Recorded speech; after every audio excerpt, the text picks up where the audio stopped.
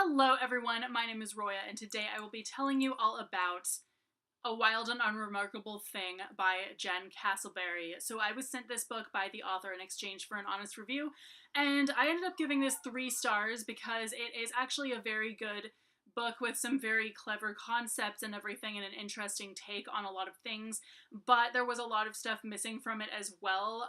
So basically this book is about a girl named Cody, who her real name is Kata, but she's been disguised as a boy, living as a boy for many years, several years, solely because only boys are allowed to go to this one town and slay dragons in exchange for prize money.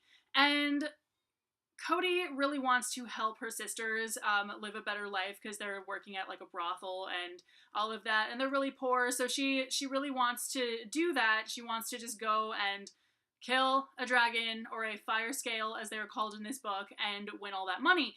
And basically it was her parents' decision too, like not really hers. And it also spends a goodly amount of time following this other guy named Wolf, who is also on his way to slay a fire scale as well. And he is the best friend, pretty much, of this prince, and they have nothing in common, so I don't understand why the hell they're friends. We get, like, no background on that at all, but at least I don't feel like we do. But then, Cody also actually, on her way there, encounters a guy who she doesn't know is an incarnation of a god of death, and the reader already knows this, but Cody doesn't.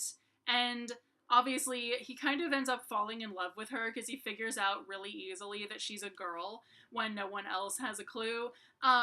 So that felt a little bit insta-lovey, but it was actually a pretty good story. Like, the mythology behind how he's there and everything, like, makes a lot of sense. It's pretty well thought out. He pretty much has to have somebody who has successfully killed a fire scale take his place, and that's the only way that he can escape doing his thing in the underworld, ferrying like dead people around. But overall, this story was really interesting, and it definitely had enough creativity to keep me reading, especially towards the end. Like, in the second half of the book, it got super good, and I was kind of like, holy crap, dude, I don't even know. And all this stuff about the dragon life cycle, kind of like, it really goes in detail about these dragons and what they're like, which is really interesting, and it was different from the most dragons that I've read about in books, so I thought that was very good. But this whole book kind of didn't answer a lot of questions, so we come away with more questions than are actually answered in the book. So, you know, I felt like I was constantly wondering, why do the fire scales have to get killed? Why are people rewarded so much money, like enough to basically live off of for the rest of their life just for killing one?